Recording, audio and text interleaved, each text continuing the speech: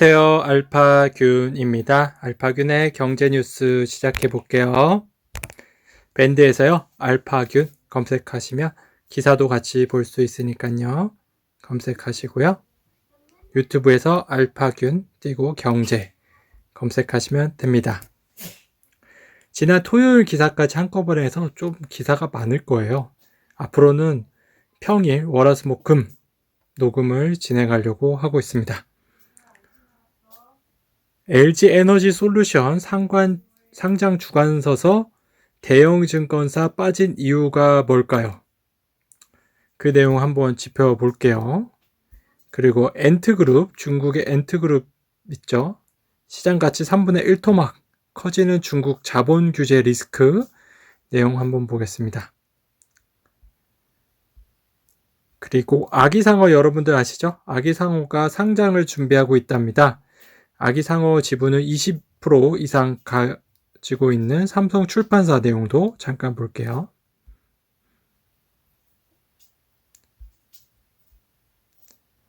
네, 우주 항공 관련된 내용 한번 또 훑어보겠습니다. 미국의 경기 부양책에 관한 내용도 함께 볼게요. KT가요, 지배구조 개선에 나섰는데요. 지배구조뿐만 아니라 여러 가지 구조조정까지 같이 하고 있어요. 지배구조는 아니고요. 구조조정을 하고 있습니다.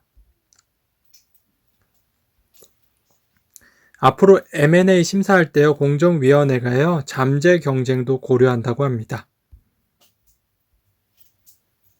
일본 증시에서 지금 잘 나가고 있는 주식의 특징을 한번 살펴볼게요. 메타버스 관련된 소식 한번 짚어보고요. 중국의 텐센트가요, 지금 한국의 게임사를 인수하기 위해 자금을 모으고 있답니다. 그 내용 한번 볼게요. 투자자들 지금 끓어오르는 물속 개구리 같다고 고평가를 지적하는 사람이 슬슬 생겨나고 있습니다. 내용 한번 볼고, 인텔, 삼성전자 어떻게 될까요? 그 내용 한번 볼게요. 지배구조, 좋은 지배구조는 무엇일까요? 일본과 한국 지배구조 한번 비교해 보겠습니다. 중국과 인도가요, 지금 지정학적으로 서로 세력을 넓혀가고 있다는데요. 네팔, 그런 나라들 소식도 한번 전해드릴게요. 파키스탄. 이익공유제에 관한 내용 한번 공유드리고요. 해운업계가 지금 우리나라가 얼마나 뒤로 밀렸는지 그 내용 한번 전해드리겠습니다. 미국과 중국 패권 전쟁 어느 곳이 이길까요? 기사 공유 드릴게요.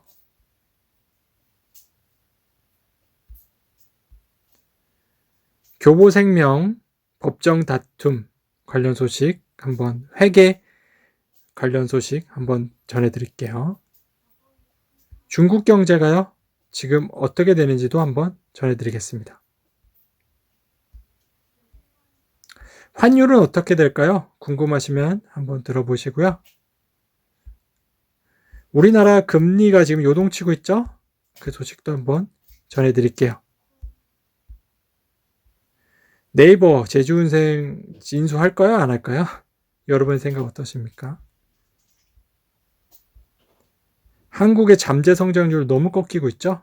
한번 전해드릴게요. KT가요, 정말 변신을 하려고 합니다. 디즈니 같은 회사가 되려고 합니다. 디즈니, KT 잘 매칭이 안 되시죠? 와, 차량용 반도체 이렇게 된 원인은 무엇이었을까요? 한번 볼게요.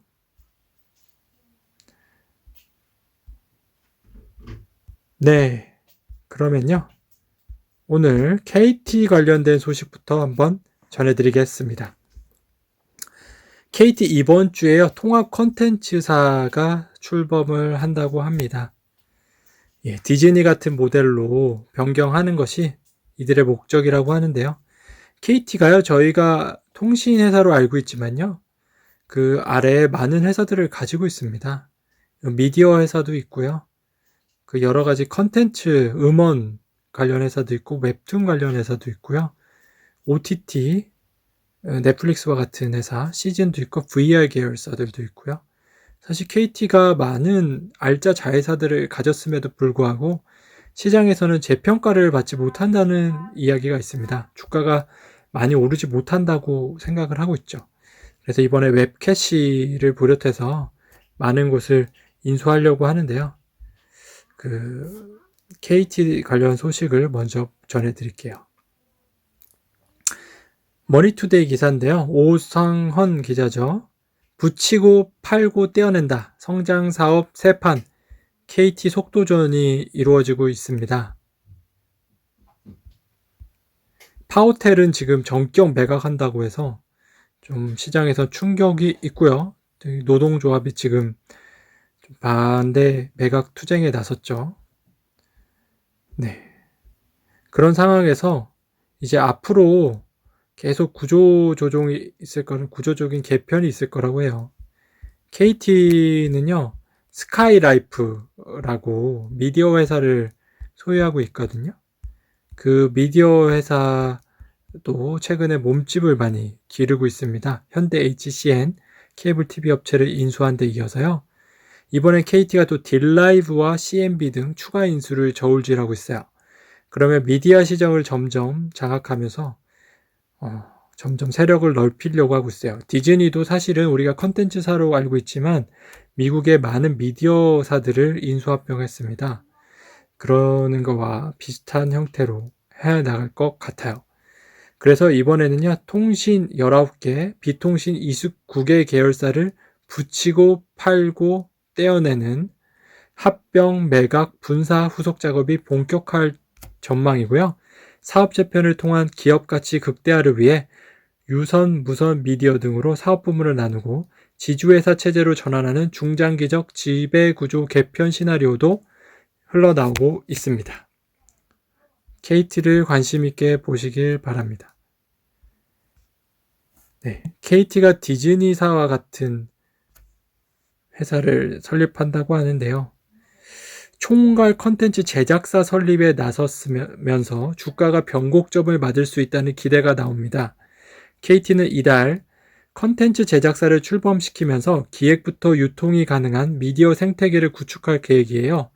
CJ E&M이 스튜디오 드래곤을 통해 드라마 사업을 진두지휘하는 것처럼 넷플릭스 등 경쟁사에 콘텐츠를 공급하는 것처럼 KT도 유사한 전략을 구사할 것으로 전망되고 있습니다.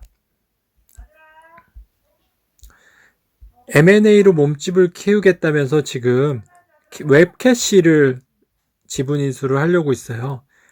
웹캐시는 사업하시는 분들은 많이 아실 거예요. 개인 사업하시는 분들, 중소기업 하시는 분들은 잘 알 텐데요. 웹캐시는 ERP 솔루션, 회계 전산화 솔루션, B2B 핀테크, 모바일 애플리케이션 등을 사업하고 있고요.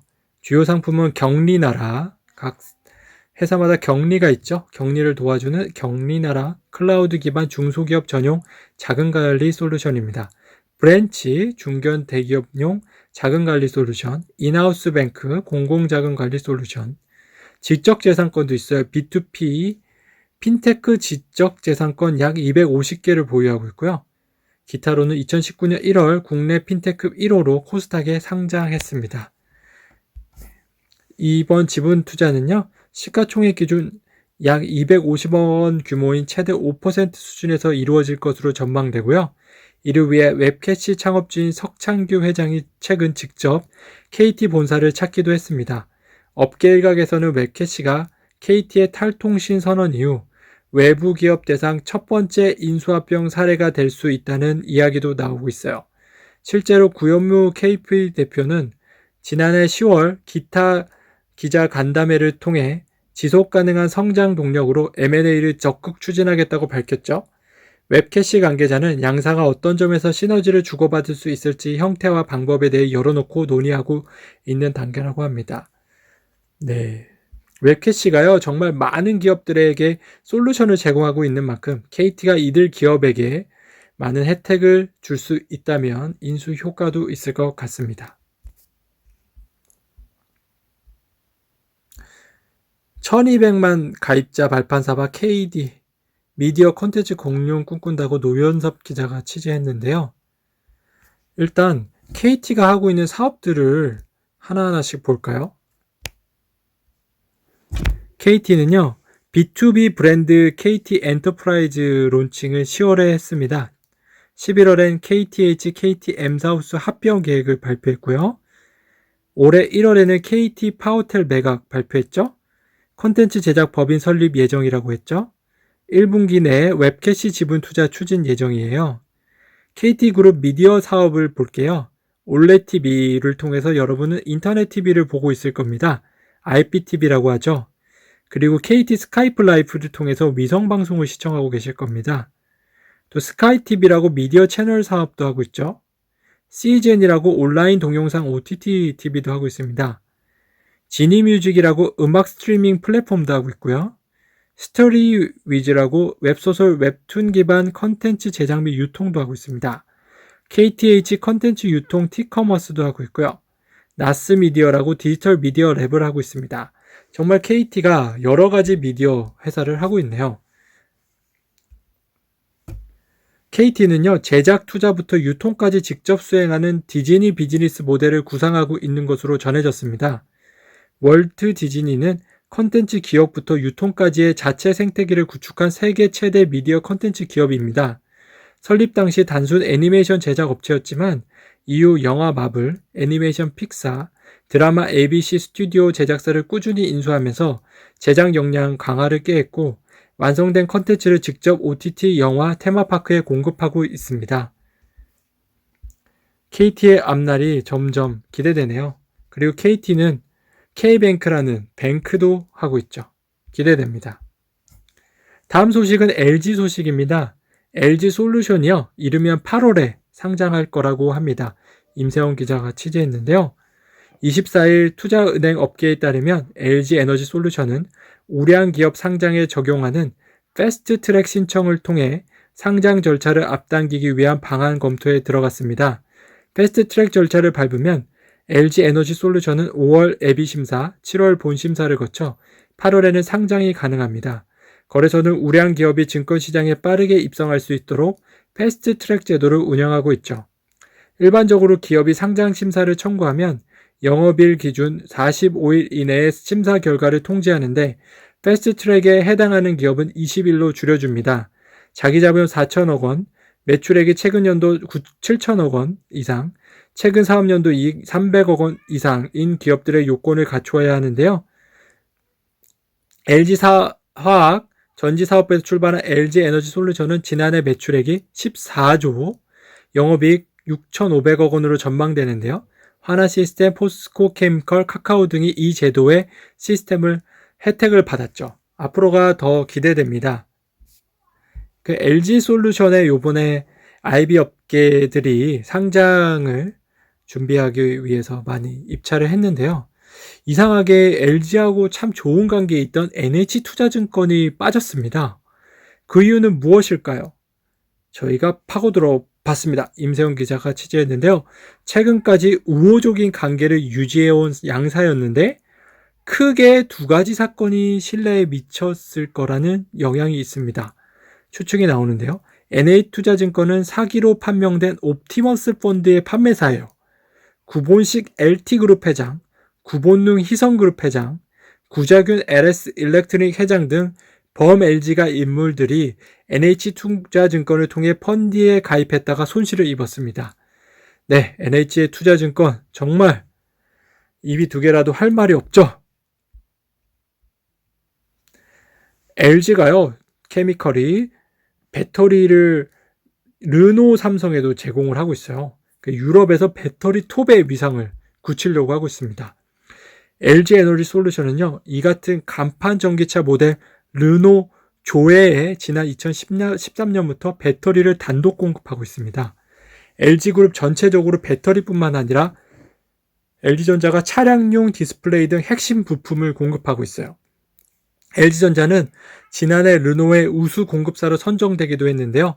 2014년에는 티에리 볼로레 당시 르노 최고 경쟁력 책임자가 서울 여의도 LG 트윈타워를 찾아 권영수 LG화학 전지사업본부장, 현 LG 부회장과 차세대 장거리 전기차 공동개발 양해각서를 체결하기도 했어요. 배터리 업계 한 관계자는 르노가 배터리 셀 공장을 합작으로 짓는다고 하면 긴밀한 협력 관계에 있는 LG가 파트너사로 유력하게 언급될 수밖에 없다고 합니다. 네, LG화학, LG의 위상이 정말 높죠. 자, 근데 이 LG가요, 스마트폰 철수하면요, 삼성 우리 쓰는 핸드폰 가격이 오른다고 합니다. 그 이유는 어떤 건지 아십니까? 일단 시장 점유율을 한번 볼게요. 국내 스마트폰 점유율인데요. 국내 스마트폰 브랜드별 점유율 삼성이 65%입니다. 애플이 22%고요. LG가요, 12% 정도 될 걸로 생각하는데요. LG가 없으면요, 삼성과 애플의 양강 구도가 돼서요, 삼성 핸드폰이 더욱더 많이 팔리면서 어떻게 보면 시장을 장악하게 돼서 핸드폰 가격이 더 오를 수도 있는 상황이 될 수도 있다는 거죠. 그러면 북미 시장은 어떨까요? 애플은요, 지금 점유율이 한 30% 정도 되고요. 삼성도 한 30% 정도 됩니다. LG가 한 15% 정도 돼요. 여기서 또 LG가 없어지면요, 삼성과 애플의 양강 구도가 돼서 애플만큼 삼성의 핸드폰도 비싸질 수도 있겠죠. 여러분도 아시죠? 애플 핸드폰은 세일을 거의 안 합니다. 아주 비싸죠. 삼성 핸드폰은 그래도 세일을 많이 하고 있죠. 네, 한 업계 관계자는요, 스마트 시종은 안드로이드 폰, 그러니까 삼성폰, 애플 아이폰, 애플폰 두 가지인데요. LG전자 이탈은 안드로이드 진영으로선 상당한 손실이라며 시장 지배력을 꾸준히 확대하는 애플의 안드로이드 진영이 밀리는 상황이 연출될 수 있다고 우려를 표했습니다. LG의 앞날은 어떻게 될까요? 애플이 LG까지 인수할 생각은 없겠죠. 김리한 기자가 취재했습니다. LG전자 모바일 사업부 매각 속도 내나? 법률 자문으로 김현장을 선택했다고 하는데요. 근데 원매자를 찾기가 쉽지 않을 거라는 전망이 우세합니다. LG전자 모바일 사업은 한때 글로벌 시장에서 탑5 안에 드는 기술력을 인정받았는데 누적 적자만 5조 원에 달하고 있어요. 업계에서 평가하는 MC사업부의 가치도 5천억에서 수조 원대까지 편차가 상당합니다. 상대적으로 해외 연매자들이 인수 의사가 더 확실한 것으로 알려지고 있는데요. 북미 사업 등 글로벌 시장 확장을 원하는 후발 기업들의 주요 대상입니다. 베트남 빈그룹과 중국 기업 등이 유력하게 거론됩니다. 증권업계를 중심으로 스마트 기기를 연결하는 사물 인터넷 사업에 염두를 둔 구글, 페이스북과 같은 미국 정부기술 기업들도 원매자 후보군으로 꼽히고 있죠.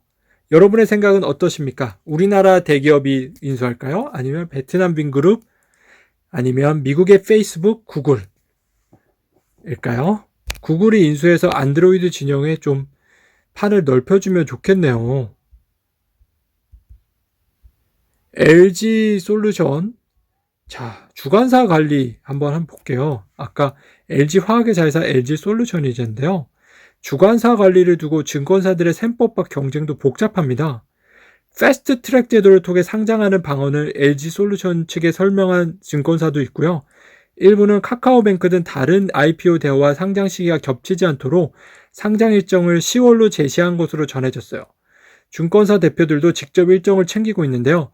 현재 시장에서 유력 후보로 뽑히는 증권사는 KB증권과 신한금융투자, 한 IB 업계 관계자는 비밀 유지 각서로 자세한 말은 할 수 없지만 최선을 다해 준비했고 결과를 기대하고 있는 상황이라고 했습니다. 각 증권사 대표들은 LG에너지솔루션 PT에 참석할 명단 등 세세한 부분까지 직접 보고받고 챙겼죠. 네. 여러분의 생각은 어떠십니까? KB증권이 될까요? 아니면 신한금융투자가 될까요? 아니면 범 LG가를 올렸던 NH투자증권이 될 수 있을까요? 예측해보는 것도 재밌을 수 있을 것 같습니다.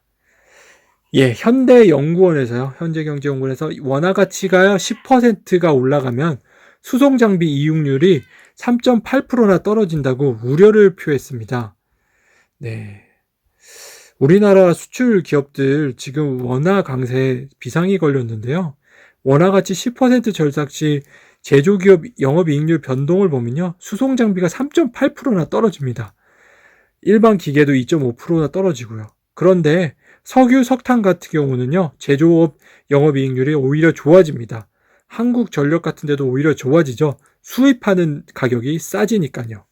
음식료도 좋아지네요. 여러분들은 이런 기업들 잘 판단해서 투자하시길 바랍니다. 환율 내용을 몰아서 한번 설명을 드릴게요. 그래서 여러분들이 저 이해하기 쉬울 수 있으니까요. 김익환 기자가 환율에 대해서 말씀해 줬어요. 원화 실질 가치 20개월 중 최고입니다. 지금 수출의 복병이 되고 있어요. 그 실질 실효 환율이라는 게 있습니다. 이게 영어로는 아마 purchase power parity라고 아니 실질 실효 환율은 조금 다를 수도 있는데요. 그냥 여기는 명칭 그대로 사용하겠습니다. 그거를 활용을 해보면요. 100의 기준이 우리나라가 지금 달러랑 같은 게 100인데요. 지금 109까지 올라갔어요. 그럼 우리나라 원화 가치가 한참 올라갔다는 겁니다. 네. 24일 국제결제은행 BIS에 따르면요. 지난 12월 한국의 실질 실효 환율 REER이라고 합니다. 109.97로 전월 109.6월보다 0.29% 올랐어요. 실질 실효 환율은요. 2019년 4월 후 가장 높은 것은 물론 2019년 평균 수준도 웃돕니다. BIS 실질 실효 환율은 세계 60개국의 물가와 교육 비중을 고려해 계산한 통화의 실제 가치를 말하는데요. 100을 기준으로 이보다 높으면 그만큼 통화의 실질 가치가 고평가됐다는 이야기로 볼 수 있습니다. 네. 여러분은 어떠십니까? 여러분의 기업은 지금 환율 때문에 많이 힘드십니까? 아니면 환율 때문에 좋으십니까? 네. 앞으로 저희 나라의 정치적인 정책과 미국의 정책을 잘 보면서 환율 추이도 잘 보셔서 좋은 수출입을 하시길 바랍니다. 자, 조지원 기자가 또 취재했어요. 한은 바이든 재정 확대로 미국 성장률이 2.7%포인트까지 오를 거라고 합니다. 정말 많네요. 미국의 코로나19 대응 부양책은요. 백신 효과가 나타나기 전까지 가교 역할을 할 거라는 기대가 있습니다. 주요 투자 은행들은 바이든 정부의 9천억 달러 규모의 부양책이 미국 경제 성장률을 2에서 2.7%포인트 올릴 것으로 추정했고, 국제통화기금 IMF는 미국 경제 성장률이 1%포인트 오르면 미국을 제외한 글로벌 경제 성장률은 0.16포인트 성장할 것으로 내다봤습니다. 미국이 최대 2.7%포인트 성장률이 오른다면 글로벌 성장률은 0.43포인트 상승이 가능하다는 말입니다. 미국의 성장이 세계에 미치는 영향도 상당하네요. 그러면 미국의 국제경제에 관한 한고은 기자가 취재한 내용도 같이 볼게요. IB 업계, 투자은행 업계가 0.9조 부양책, 올해 미국 성장률 최대 2.7% 오른다고 같은 내용을 썼는데요. 지난달 미국 의회에서 통과된 9천억 달러 규모의 추가 부양책 5차 재정 지원 법안이 올해 미국 경제 성장률을 최대 2.7%포인트 끌어올릴 것으로 전망된다. 한국을 비롯한 주변국들의 성장률 상승 효과도 기대된다. 24일 한국은행이 발견한 해외 경제 포커스에 따르면 주요 투자은행들은 5차 부양책이 예상보다 빠르게 도입되면서 백신 접종 효과가 본격화되기까지 미국 경기를 지탱할 것으로 보고 있습니다. 주용석 기자는 한국경제에서 취재했는데요. 이런 내용도 되었어요. 미국 상원은 100석 중 민주당과 공화당이 각각 50석이기 때문에 상황이 복잡합니다. 필리버스터, 무제한 반대 토론을 무력화하려면 60명 이상의 찬성해야 되는데요. 예산 조정 절차를 활용하면 가반 창성으로 법안을 통과시킬 수 있습니다. 상원 의장을 겸하는 카멀라 해리스 부통령이 캐스팅 보스를 행사하고 반란표를 모두 막는다고 가정하면 민주당은 공화당 의원들이 모두 반대해도 51표로 확표할 수 있고요. 상원금융위원장을 맡게 될 진보 성향 버니 샌더스 상원 의원은 부양책 처리에 예산 조정 절차를 써야 한다고 밝혔습니다. 이렇게 되면 의회 벽에 붙였지만 규모 축소가 가능한 이 바이든의 1.9조 부양책 통과될 수도 있겠네요. 여러분의 생각은 어떠십니까? 공화당의 반대에 부딪혀서 타협하게 될까요? 아니면 원한대로 밀어붙이게 될까요? 한상춘 저널리스트가 썼네요. 바이든 포스트 코로나 시대 중심축 국가가 뜬다고 하는데요. 근데 여기서 한상춘 기자는 좀 중국으로 좀 편을 드는 그런 기사가 있는 것 같아서 한번 읽어보시고 편이 아닐 수도 있으니까 여러분이 한번 판단해 주세요. 합리적 인간이라는 가정으로 많은 경제학 이론이 세워졌습니다. 그 가정이 무너진다면 자유와 창의를 바탕으로 한 시장 경제에도 변화가 올 수밖에 없다. 금융위기, 코로나 사태와 같은 시장 실패 부분에 대해서는 국가가 개입할 수 있는 정당성을 부여해 준다. 시장과 국가가 경제 문제를 함께 풀어가는 국가 자본주의가 온정적 자본주의가 함께 4세대 자본주의로 부각되고 있다고 합니다. 네. 여러분은 어떠십니까? 경제 축이 미국으로 갈까요? 중국으로 갈까요? 자유시장 경제가 계속 갈 수 있을까요? 아니면 약간의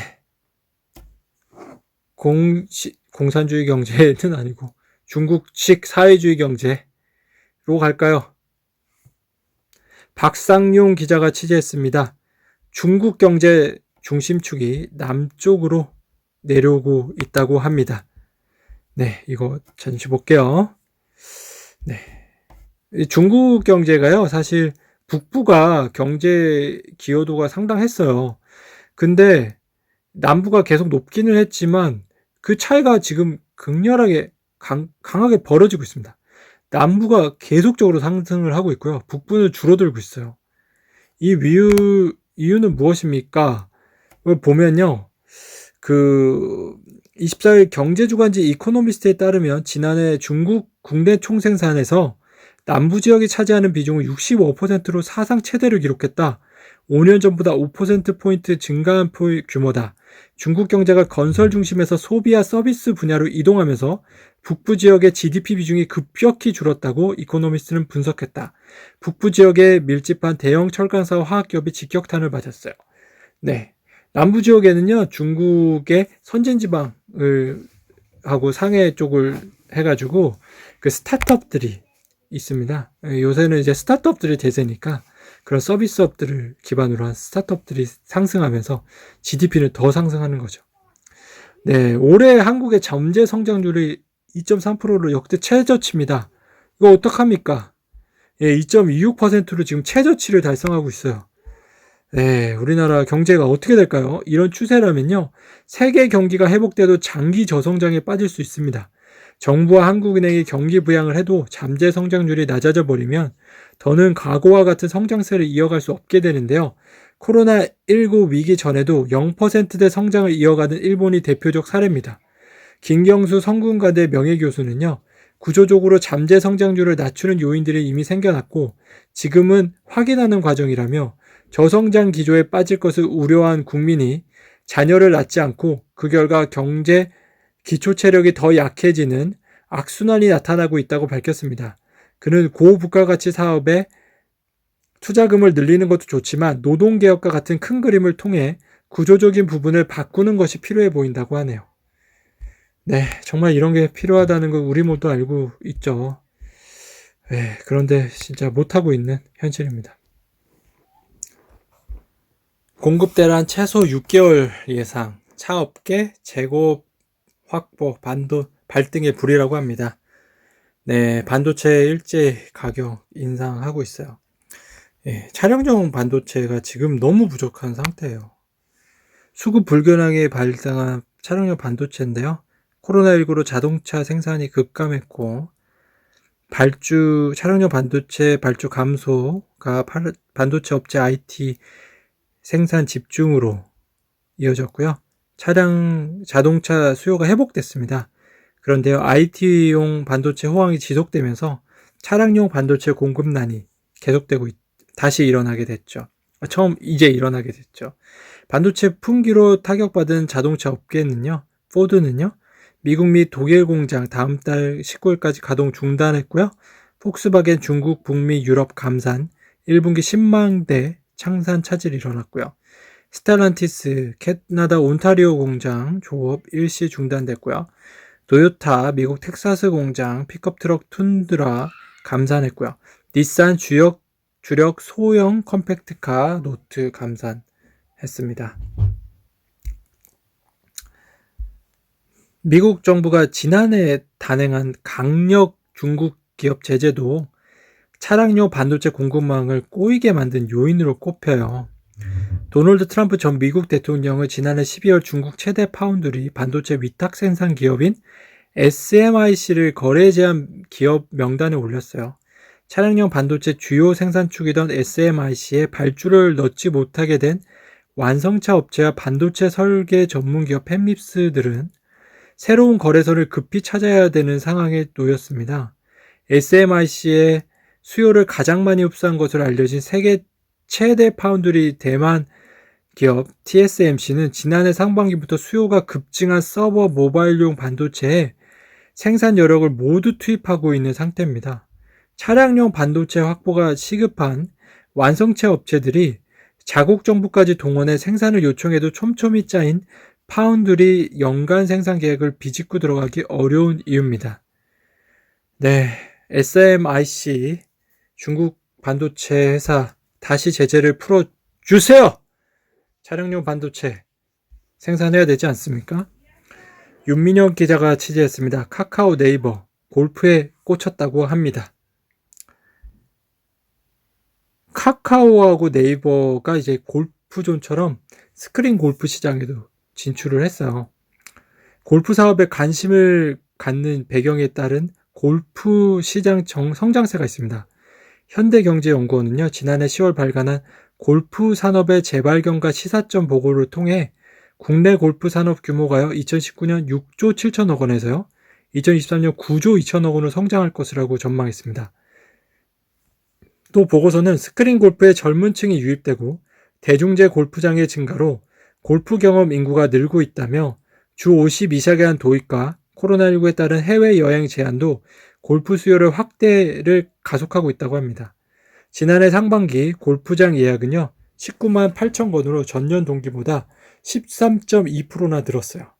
자, 골프에 지금 꽂힌 이유를 아시겠죠? 그 골프존 시장 점유율을 아십니까? 그거 잠깐 말씀드릴게요. 지금 1위가 어딘지 아세요? 바로 골프존입니다. 예. 골프존은 60%로 1등이고요. 4,900개나 있어요. 매장이요. 카카오 VX가 25%, SG골프가 한 10%, 1,100개. 이렇게 돼 있습니다. 네. 골프존이 거의 장악한 상태인데, 앞으로는 어떻게 될까요?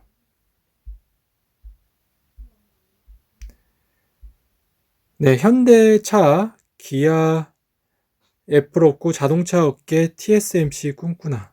예, 아까 TSMC 말씀드렸죠? 예, TSMC는요, 자기네 브랜드의 제품이 있는 건 아니에요. 다른 사람의 제품을 위탁해서 생산해 주는 거거든요.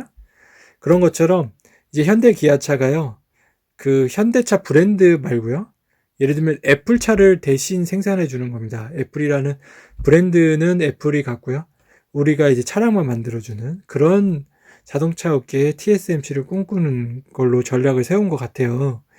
그래서 세계 전기차 시장 점유율은요, 테슬라가 일단 17%, 폭스바겐 13%, 르노, 닛산, 미쓰비시 그룹 8%, 현대차 그룹 7%, BMW 그룹 7%, 이렇게 돼 있습니다. 예. 그 현대차 그룹이요, 만약 그 이런 전기차 생산 업체들하고 전기차를 판매하는 업체들하고요, 손을 잡게 되면요, 가장 바람직한 사업 모델로 대만의 TSMC가 꼽힙니다. TSMC는 세계 최대 반도체 파운드리 위탁 생산 업체로 세계 시장 점유율이 50%를 넘습니다. 파운드리 시장 2위인 삼성전자의 점유율 20%가 안 된다는 점을 고려할 때 독보적인 위상을 자랑하고 있습니다. 네. 삼성전자가 제일 큰 줄 알았는데 TSMC의 반도체 정말 대단하네요. 성기호 기자가 취재했어요. 네이버 제주은행 인수설 딜레마 빠졌다고 하네요. 네, 왜냐면요. 그 금융권에 따르면 현행법상 네이버와 같은 비금융 주력사는요. 은산 분리의 원칙에 따라 지방은행의 지분을 15% 이상 취득할 수가 없습니다. 제주은행을 인터넷 전문은행으로 전환할 경우 최대 34%까지 확보할 수 있지만 최근 5년간 공정거래법으로 벌금형 이상의 제재를 받지 않아야 해요. 그런데 네이버는 지난해 2차례 공정위원회로부터 광징금 제재를 받았어요. 만약 인수가 성사된다 하더라도 넘어야 할 산이 너무 많아요. 자, 네이버 어떻게 합니까? 그래도 계속 두들겨 봐야죠. 제주은행. 오주영 기자가 또 취재했네요. 이게 돈의 심리학이라는 책이 계속 나오고 있어요. 그렇죠? 그 내용을 또 한번 제가 말씀드리겠습니다. 자벽부, 주유소 지간을 거쳐 순자산 800만 달러나 보유하게 된 로널드 제임스 리드와 하버드 대학교 졸업 후 40대 월세 9만 달러의 대저택에 살았으나 결국 파산한 리처드 퍼스콘. 저자는 이들의 삶을 비교한다. 대학 졸업장, 교육, 배경, 경험, 연줄도 없는 사람이 최고 교육에 최고 연줄까지 갖춘 사람보다 훨씬 더 나은 결과를 낼 수 있는 분야가 바로 뭡니까? 주식 투자입니다. 투자에서 성공하려면 사람들 심리를 이해한다는 게 요지이죠.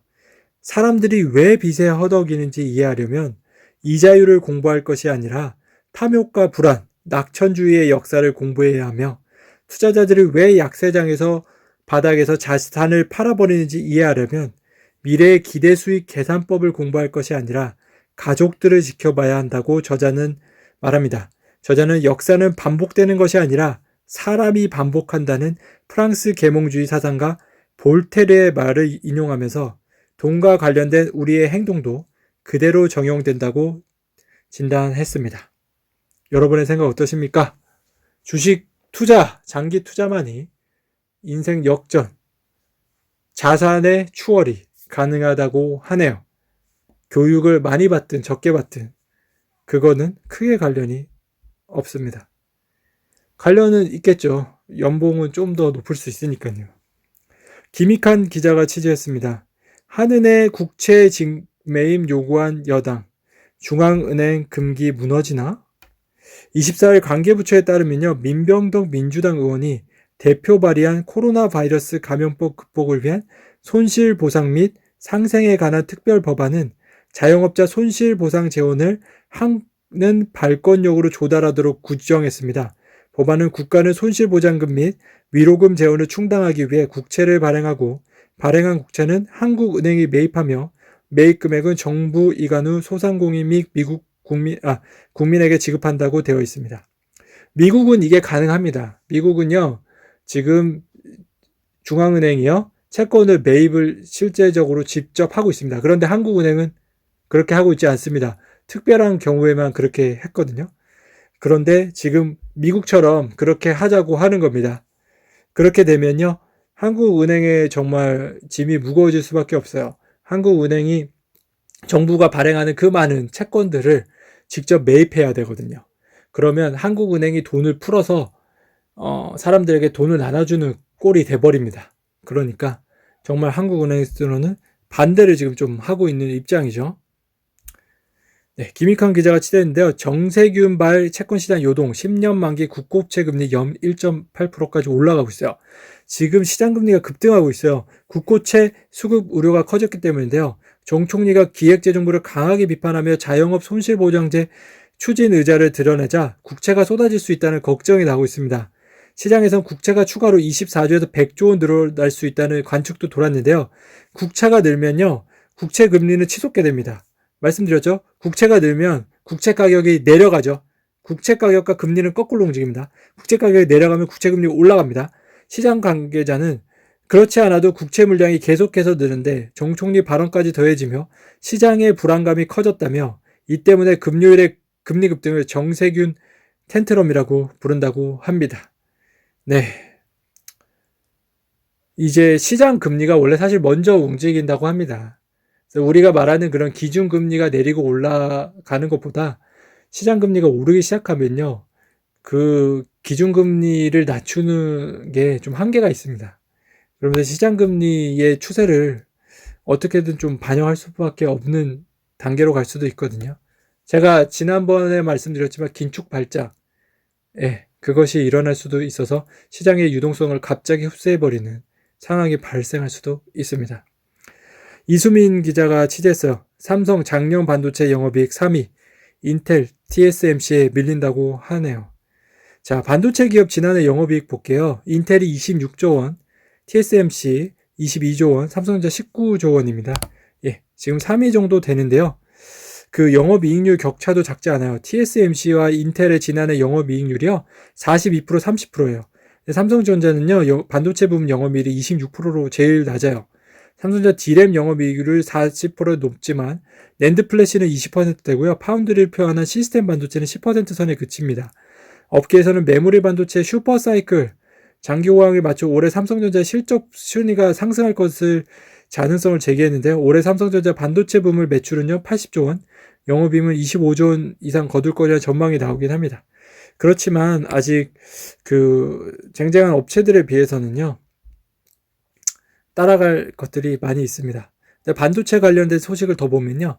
안정락 기자가 취재했는데요. 인텔의 자신감, 대부분 자체 생산하겠다고 지금 하고 있어요. 이 자신감은 어디서 나올까요? 인텔은 참 자신감이 많아요. 자, 2020년대는요, 매출이 778억 달러나 돼요. 영업이익 236억 달러. 세계 파운드의 시장 규모가 869억 달러입니다. 자, 여기서 차지하는 인텔 매출, 정말 크죠. 모든 게 또 파운드리 매출은 아니지만, 그래도 그 매출의 규모가 얼마나 큰지를 여러분들은 알 수가 있는데요. 그러니까 인텔이 또 재밌는 게 하나 있었어요. 재무 관료를 해킹을 당했어요. 그래가지고 일찍 실적을 발표하게 됐어요. 파이낸셜 타임즈에 따르면 해커는 인텔 홍보팀 홈페이지를 공격해서 실적 관련 인포그래픽을 빼갔습니다. 인포그래픽은요, 인포메이션, 그러니까 정보 관련되는 걸 참 그래픽으로 잘 표현한 그런 것들 얘기하거든요. 장마감 6분 전에 해킹 사실을 인지한 인텔은 즉시 실적을 공개해버렸습니다. 파이낸셜 타임즈는 해커가 실적 발표 전 상대적으로 저렴한 가격에 주식을 사기 위해 해킹을 시도한 것으로 보이는데요. 지난달에 인텔, 시스코, 엔비디아 등 배우가 러시아로 추정되는 해커들의 공격을 받았습니다. 러시아? 왜 갑자기 러시아를 또 추정합니까? 모르겠지만 러시아 좀 억울할 수도 있겠네요.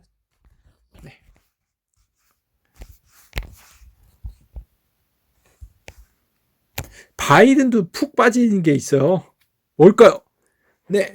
운동하면서 TV를 신청하는 그 미디어 기업입니다. 이렇게 미디어 이렇게 운동하면서 TV 시청 많이 하시죠? 근데요, 여기에서 방송되는 게요, 운동 프로그램도 방송되고요. 이게 막 넷플릭스처럼 하나의 방송국이 돼버린 거예요. 그러니까 여기 있는 CEO가 나는 운동계의 넷플릭스를 꿈꾼다고 하고 있죠. 급성장하는 펠레톤의 유료 회원수가요, 지금 133만 명까지 지금 증가하고 있습니다. 급속도로 올라가고 있고요. 7억만 달러에 달하는 분기 매출을 지금 올리고 있어요. 정말 엄청나게 가파른 속도로 가고 있는데요. 이 사람은 운동광이에요. 이제 창업자가요. 소울사이클 회원이었는데요. 소울사이클은 클럽 같은 분위기에서 강사가 사람들의 흥을 돋우며 운동하는 헬스장이에요. 하지만 맞벌이라 두 아이의 육아 때문에 운동하러 나가는 게 여의치 않자 소울사이클을 집으로 가져보자는 생각에 2012년 펠로톤을 창업했어요. 신개념 자전거를 만드는데 1년 걸렸고요. 2013년 크라우드 펀딩을 통해 처음 공개했죠. 사명 펠로톤은 프랑스어로 자전거 경기에서 함께 달리다는 무리를 뜻합니다.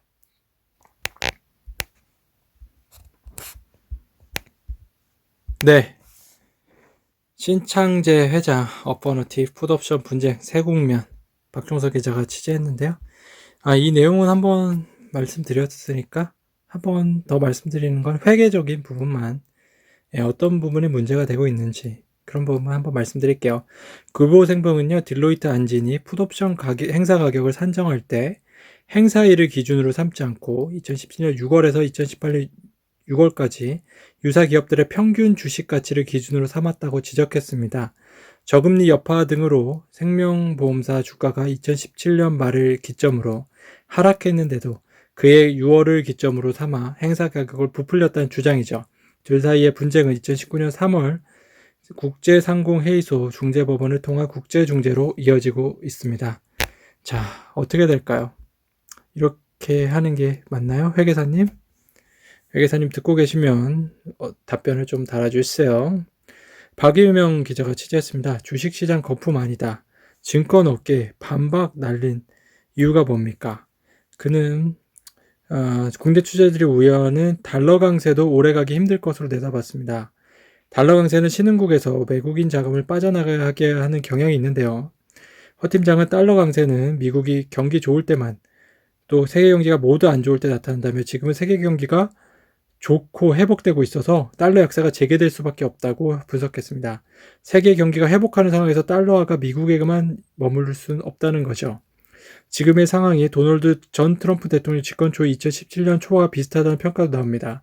16년 말부터 18년 5월 말까지 미국 10년물 국제금리는 연 2.5%에서 3%대로 급등했는데요. 증시 랠리는 이어졌습니다. 달러도 약세를 보이며 세계 주식시장이 강세를 나타내기도 했죠. 네, 금리가 오른다고 주가가 꼭 내리는 건 아닙니다. 금리 상승 시기에도요, 주가는 오르곤 했습니다. 최민수 기자가 취재했는데요. 해운업계 경제 불붙었는데 일본, 대만에도 밀리는 한국이라고 합니다. 네, 1위가 어디입니까? 덴마크의 머스크입니다. 2위 스위스, 3위 중국, 코스코, 4위 프랑스, 5위 독일, 6위 일본, 7위 대만, 8위 한국. 이렇게 밀려났네요. 자, 안타까운 소식이죠. 정희진 기자가 취재했습니다. 중소기업 월급쟁이 부자가 늘어나야 된다고 하는데요. 멘트 하나가 인상 깊었어요. 한국 기업인들은 자신이 세운 회사는 오롯이 자기 것이라는 인식이 너무 강합니다. 직접 창업했으면 회사 지분도 당연히 자기 것이고 자식에게 물려줘야 한다고 생각하죠. 하지만 이런 경직적인 회사엔 유능한 인재가 오지 않아요. 생산성을 높이려면 좋은 인재를 유치해야 하는데 이들에게 현실적으로 고액 연봉을 보장하기 힘들다면 회사 지분을 나눠줘야 합니다. 네, 맞는 말이죠. 그래야지 능력 있는 인재들이 가겠죠. 이용조 기자가 취재했습니다. 기업만 희생하라는 이익공유제. 자, 이익공유제의 논의가 본격화되면서 첫 번째 대상으로 거론되는 플랫폼 기업들은 이용량이 늘어난다고 해서 회사 이익이 그만큼 증가하는 구조가 아닌 경우가 대부분이에요. 대표적인 배달의 민족의 경우에 대부분 음식점주는 거래 주문 건수와 상관없이 정액 요금제를 요구하는데요. 배달 소유가 거래량이 늘어도 플랫폼의 수익으로 직결되지 않습니다. 플랫폼 특성상 경쟁이 치열해 마케팅 및 초기 투자 비용도 큽니다. 코로나19 수혜 업체로 꼽히는 쿠팡은 2019년까지 누적 적자만 4조 원대였고 지난해에도 인건비와 낮은 마지털에 적자를 낸 것으로 추정되는데요. 자, LG가 스마트폰에 뽑아두는 돈이 5조라고 했습니다. 그런데 쿠팡이 쏟아부은 돈이 4조예요. 이 4조를 다 이제 뽑아내려면요. 다시 회수하려면 이익이 얼마나 돼야 됩니까? 그동안 썼던 비용을 생각 안 하고 이익만 공유하라고 하면 비용 공유제 하자고 당연히 말하지 않을까요? 고두영 기자가 취재했습니다. 중국과 인도의 긴 악연. 무엇입니까? 인도가 생산한 코로나19 백신 접종 200만 분 해분이 지난주 방글라데시에 도착했습니다. 네팔 100만 회, 부탄 15만 회, 몰디브 10만 회도 전달했습니다. 모두 무료예요. 이번 주에는 스리랑카, 아프가니스탄, 미얀마, 세이셀, 모리셔스, 인도산 백신이 무상으로 공급될 예정입니다. 인도 제약사 세럼 인스티튜트는 세계 최대 백신 제조사인데요. 영국 아스트라제네카와 계약을 맺고 연 10억 회분 규모를 생산하고 있어요. 인도는 백신 2천만 배 회분을 인국 국가들에게 제공하면서 친중국 성향인 네팔, 스리랑카 등의 환심을 사고 있습니다.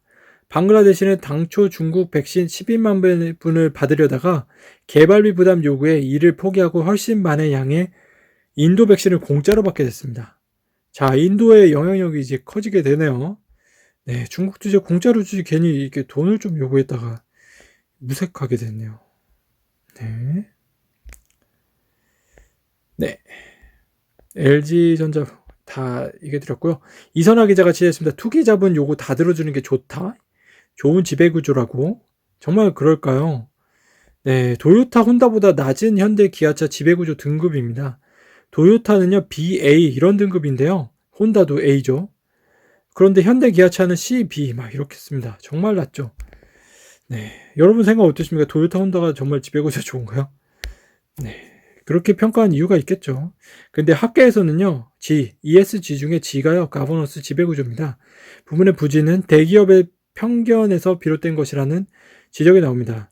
이경묵 서울대 경영학과 교수는요, 재벌 경영 중심의 국내 기업들은 계열사 간 지분 구조가 상당히 복잡하다며 이 때문에 헤지펀드나 소액주주가 총수가 부당하게 이익을 편취한다는 의심을 제기하는 것만으로도 글로벌 기관들은 정확한 검증 없이 지배구조와 관련한 평가에서 등급을 낮추는 것이라고 합니다. 네, 정확한 평가를 해주세요. 그러면 현대차도 좋아지지 않을까요? 네, 김정은 기자 취재했습니다. 투자자들 끌어오는 물속 개구리 같다. 예, 미국의 가치 투자 대가의 경고입니다. 부양책과 금리가 시장의 위험을 가리고 있기 때문에 서서히 끌어오르는 물속의 개구리와 마찬가지로 현재 투자자들은 위험을 인식하지 못하고 있다고 지적했다. 클라만 회장은 또 최근 주식회장에서 승승장구하고 있는 미국 전기자동차 업체 테슬라를 예를 들며 수익이 거의 없는 전기차 회사의 주가가 모든 이유를 불문하고 상승했다며 많은 투자자가 기업에 대한 가치를 평가하는데 현명하지 못한 상황이라고 꼬집고 있습니다. 네. 물속의 개구리입니까? 여러분은 굴속의 개구리입니까? 아니면 몰밖에 개구리입니까? 전범진 기자가 취재했습니다. 텐센트 한국 게임사 인수한다는 소문에 게임주가 급등하고 있죠.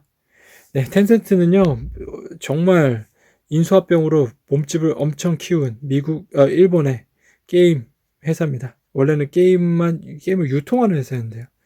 지금은 게임 회사라고 불러도 될 만큼, 핀테크 회사라고 불러도 될 만큼 정말 커진 회사죠. 인수의 성사 여부와 관계없이요. 이번에 이런 소문은요. 시장에서 이번 소식이 중국 정부의 게임 한학령, 한국문화 금지령이 완화됐다는 신호를 보고 있습니다. 2016년 이전까지 중국 게임사들이 한국 게임사에 활발하게 투자했다는 것과 달리 한학령 이후로는 중국 자본의 한국 게임업계 투자가 비교적 위축된 경향을 보였기 때문입니다. 네, 한학령이 정말 해지될 걸로 보고요. 지금 많이 요동치고 있는데요. 예, 화장품주도 정말 요새 잘 상승하고 있죠. 나수지 기자가 취했습니다. 메타버스 관련한 내용인데요. 영화 레디 플레이어 1으로 봤대요. 네, 레디 플레이어 1. 여기 영화 속 배경은요, 2045년 배경입니다. 메타버스 경제는요, 이미 현실 속에 와 있어요. 미국 10대들이 가장 많은 시간을 보내는 플랫폼은요, 유튜브가 아니라 모바일 게임 로블록스입니다. 미국 16세 미만 청소년의 55%가 로블록스에 가입했고요. 유튜브보다 2.5배 긴 시간을 로블록스에서 보내는 것으로 조사됐습니다. 월 1억 명의 사용자가 아바타를 활용해 로블록스 안에서 생활하고 가상화폐로 필요한 것을 사고 팝니다. 로블록스는 빠른 성장세를 타고 미국 증시에 상장할 계획이에요. 코로나19로 많은 사람과 만나기 어렵게 된 정치인들도 메타버스로 눈을 돌렸죠. 조 바이든 대통령은 지난 미국 대선에서 동물의 숲이라는 게임 안에 자신의 섬을 만들고 여기에서 선거 유세를 펼쳤습니다. 문재인 대통령은 지난해 어린이날 마인크래프트에서 가상의 청와대를 만들고 어린이들을 총회에 시간을 보내기도 했죠. 글로벌 컨설팅 업체인 프라이스 워터하우스 쿠퍼스는요. VR과 AR 시장이 2019년 455억 달러에서 2030년 1조 5천억 달러로 30배 이상 불어날 것으로 전망하고 있습니다. 네, 정치하시는 분들 메타버스 이용하시면 다음 선거에서 승리하시겠네요. 정용호 기자가 취재했습니다. 다윗이 골리앗 이기는 일본 증시라고 합니다. 네, 일본 증시가 주식적으로 상승하는 주가의 특이점이 있습니다. 그게 무엇입니까? 좀 어려울 수 있는데 잘 들으셔야 돼요. 회계사분들은 잘 이해하실 수 있을 거예요. 순이익을 자기 자본으로 나눈 ROE는 기업이 돈을 얼마나 효율적으로 벌었는지 보여주는 지표입니다. 투자자들이 효율 속에 눈을 돌리는 건 시장이 성숙하면서 미국 전기차 업체 테슬라 같은 세계의 성장주가 등장할 확률이 갈수록 줄어든다고 판단해서인데요. 이 때문에 한 방을 노리는 대신 투자금을 효율적으로 불려주는 기업에 자금을 몰아준다는 설명이에요. ROIC, 투자 자본 이익률, WACC, 가중평균 자본 비용을 빼면요. 초과 이윤, 그러니까 투자해서 나는 이익률, 투자 수익률에 내가 빌린 돈의 이자로 갚아야 되는 이자율을 빼면 초과이윤율이 나오죠. 그게 초과이윤이죠. 라는 공식도 일본 주식시장에서 적극적으로 활용되기 시작합니다. 투자금으로 벌어들인 이익에서 이자와 배당 같은 자금 조달 비용을 빼면 기업 경영의 효율성을 보다 정교하게 측정할 수 있다는 것인데요. 이 기준은 일본 기업의 고질적인 비효율성을 잘 보여줍니다. 도쿄 증시 일부 상장사의 평균 WACC 비용이죠. 7, 8%입니다. 평균 ROIC 수익이죠. 4.6%에 그칩니다. 어떻게 수익이 비용보다 더 적죠? 2019년까지 10년간 상장사 54%의 ROE는 8%를 밑돕니다. 네, 정말 낮은 편이죠. 네, 100만 원을 투자해서 8%밖에 지금 못 벌고 있다는 거예요. 반면 MC의 ROE는 16에서 30%, 초과이익은 10%를 꾸준히 넘고 있어요. M3라는 회사가 있습니다. 이 회사의 최대 무기는 일본 전체 의사의 90%, 29만 명이 가입한 플랫폼입니다. 강력한 진입 장벽 덕분에 M3의 영업이익은 2000년 창업 이후 20년 연속 늘고 있어요. 소니와 키엔스, 모토타로 등 지난해 시총이 급증한 일본 기업들은 ROE가 높고 초과이윤을 꾸준히 낸다는 공통점을 가지고 있죠. M&A 심사 때 이제 잠재 경쟁도 고려하겠다고 하네요. 거대 플랫폼 기업인요, 그 다이렉트 자동차 보험 진출 사례에서 보듯이 이미 수많은 B2C 기업 소비자 간의 거래 사업에서 최대 잠재 경쟁자로 떠올랐습니다. 시장이 플랫폼 위주로 재편되는 경쟁 현실을 공정위가 주목하고 기업 결합 심사에 반영하겠다는 것은 경쟁 환경 변화에 따른 적절한 반영입니다. 하지만 경영학 그룹 마이클 포터가 사업의 경쟁 강도를 좌우하는 주요 요소로 잠재적 진입자를 언급한 게 이미 40년 전입니다. 그간 수없이 제기된 문제를 이제 바로잡는다는 점에서 만시지탄이 아닐 수 없죠. 빛의 속도로 변하는 디지털 시대에 잠재적 경쟁자가 얼마나 위협적인지 과거 M&A 사례에서도 확인할 수 있습니다. 2009년 오픈마켓 G마켓과 옥션이 합병할 때 독과점 논란이 우러졌지만 불과 몇 년 뒤 네이버 쇼핑이 쿠팡을 따라잡았죠. SK 브랜드와 케이블 종합부수 유선 방송사업자 티브론다 합병 허용도 온갖 우여결정 끝에 이런 흐름을 수용한 결과입니다. 자, 배달의 민족은 요번에 수용이 안 됐죠. 근데 앞으로는 이런 것들을 수용할 수 있는 방향으로 바꾼다고 합니다. 네, 배달의 민족 다시 신청해야 되나요? 어떻게 해야 되나요? 네, 최민경 기자가 취재했습니다. K방산 대표주자, 카이, 화나, LIG 우주개발. 네, 있다고 하네요. 자, 방산기업의 주요 위성 사업입니다. 카이는요, 500kg 이상 중대형 위성 시스템 본체 개발, 제작하고 있고요. LIG 넥스원은요, 고성능 영상 레이더, SAR, 탑 제체, 인공위성 지상통신 단말기라고 있습니다. 하나시스는요, 초소형 SAR 위성, 전자광학, 적외선 IR 장비, 위성통신 안테나 하고 있고요. 하나 에어로스페이스는 소형 위성 본체, 탑 제체, 지상체, 위성 영상 판매 분석 서비스 사업을 하고 있습니다. 네, 화나가 지금 뜨고 있죠. 화나시스템도 초소형 SAR 위성을 개발 중인데요. 지난해 6월 영국 위성 안테나 기술 벤처기업 페이저 솔루션을 인수해 화나 페이저를 설립했어요. 지난달에는요, 저궤도 위성 안테나 시장 핵심 기술을 선정하기 위해 미국 전자식 빔 조향 안테나 ESS 기술 선도 기업인 카이 메타에 $3,000만, 330억을 투자했습니다. 하나 에어로스페이스는요, 세트랙 I 인수를 통해 소형 위성 본체, 탑재체, 지상체, 위성 영상 판매 및 위성 영상 분석 서비스 사업 등을 아우르는 포트폴리오를 갖췄습니다. 세트랙 IC는 해외 수출 비중이 전체 매출의 90% 이상으로 해외 중소형 위성 시장에 인정받고 있습니다. 말레이시아, 아랍에미리트, 싱가포르 등 주요 고객인데요. 올해부터 1기당 1억 달러 규모의 초고해상도 지구 관측 광학 위성 스페이스 IT 영업이 본격적으로 시작되는데 올해 1기 이상, 내년 2기 이상의 수주가 예상됩니다. 네, 화나가 우주항공에 정말 많은 투자를 하고 있죠. 강도훈 기자가 취재했어요. 뚜루뚜루 이게 뭔지 아십니까? 예, 아기상어입니다. 아기상어 공모주 이제 나온다는데요. 아기상어 개발사가 이제 상장을 한다는 얘기고요. 아기상어 이제 스마트 스터디라는 회사가 개발했는데요. 여기 기업의 주식 한 22% 정도는요, 그 삼성 출판사가 지금 보유 중입니다. 삼성 출판사 주식도 삼성 스마트 스터디, 이제 아기상을 간접적으로 투자할 수 있는 대표적인 방법이었죠. 네. 삼성출판사 최대 주주인 김진용 대표의 아들인 김민석 씨가 스마트 스터디 대표입니다. 삼성출판사는요, 방송이 노홍철 씨의 주식으로 주식시장에서 주목받기도 했는데요. 노홍철 씨는 한 방송 프로그램에서 아기상의 동영상을 보고 삼성출판사 주식을 매매했다고 언급하기도 했죠. 네. 스마트 스터디 기업 개요를 말씀드리면 2010년에 설립했고요. 대표는 김민석 대표고요. 주요 사업은 디지털 컨텐츠 제작 및 유통, 게임 소프트웨어 개발 및 공급, 애니메이션 제작. 최대 주주는요, 김민석 20% 정도 됩니다.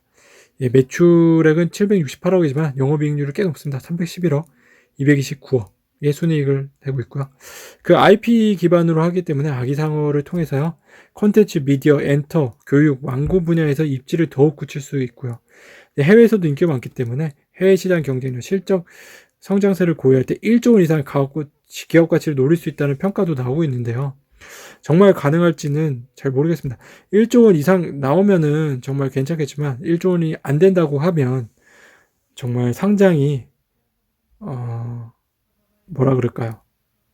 저주라는 말까지 할 건 그렇지만 상장의 함정, 삼장의 함정으로 인해서 오히려 가치가 비상장 때보다 떨어지게 되는 그런 안 좋은 함정에 빠질 수도 있을 것 같은데요. 왜냐면요, 매출액이 지금 700억밖에 안 되거든요. 근데 1조 원 이상의 기업 가치를 받는다는 것은 정말 쉽지 않을 것 같습니다. 그런데 한번 해봐야죠. 어떻게 알겠습니까? 엔트그룹 시장 가치가 3분의 1 토막, 커지는 중국 자본 규제 리스크라고 하는데요. 예, 중국 시장이 진짜 핀테크 그 시장이 정말 어떻게 될지 모르겠어요. 일단 뭐 알리페이는요 56% 정도 시장 점유율을 하고 있어요. 이게 엔트그룹이고요. 위챗페이는 39% 정도 되고요. 여기가 텐센트입니다. 네, 엔트그룹 매출 구성은 결제 서비스, 소액 대출, 자산운용 이렇게 세 개로 크게 이루어져 있는데요. 마인이 이끄는 알리바바의 핵심 핀테크 자사 엔트그룹은요. 기업 가치가 석 달 만에 얼마나 떨어진지 아세요? 3분의 1로 낮아졌습니다. 분석이 그렇게 나오고 있어요. 모기업인 알리바바와 함께 엔트그룹이 중국 금융 당국의 집중적인 규제 대상이 되고 있고 사업 전망도 불투명해지면서 회사 값어치가 급락한 건데요. 엔트그룹은 중국의 규제 리스크에 따른 자본시장의 불안정성을 상징하는 중요한 사례가 될 것으로 전망됩니다. 와, 작년 6월만 해도 어마어마했는데 이렇게 됐군요. 자, 여러분 오늘까지 이렇게 주식, 그리고 투자, 경제, 금리, 환율 많은 걸 배우셨을 텐데요. 머리가 좀 이렇게 아프실 수도 있는데 머리도 식힐 겸 가까운 곳에 가서 산책도 하시며 걸으면서 들으셔도 좋은 내용일 거고, 차 타시는 분들은 차에서 들으셔도 좋은 내용일 겁니다. 자, 똑똑해지는 알파균의 경제뉴스 오늘까지 하고요. 오늘은 여기까지 하고요. 내일 또 할 겁니다. 그리고 유튜브에서 알파균 경제 검색하시거나 밴드에서 알파균 검색해 주세요. 감사합니다.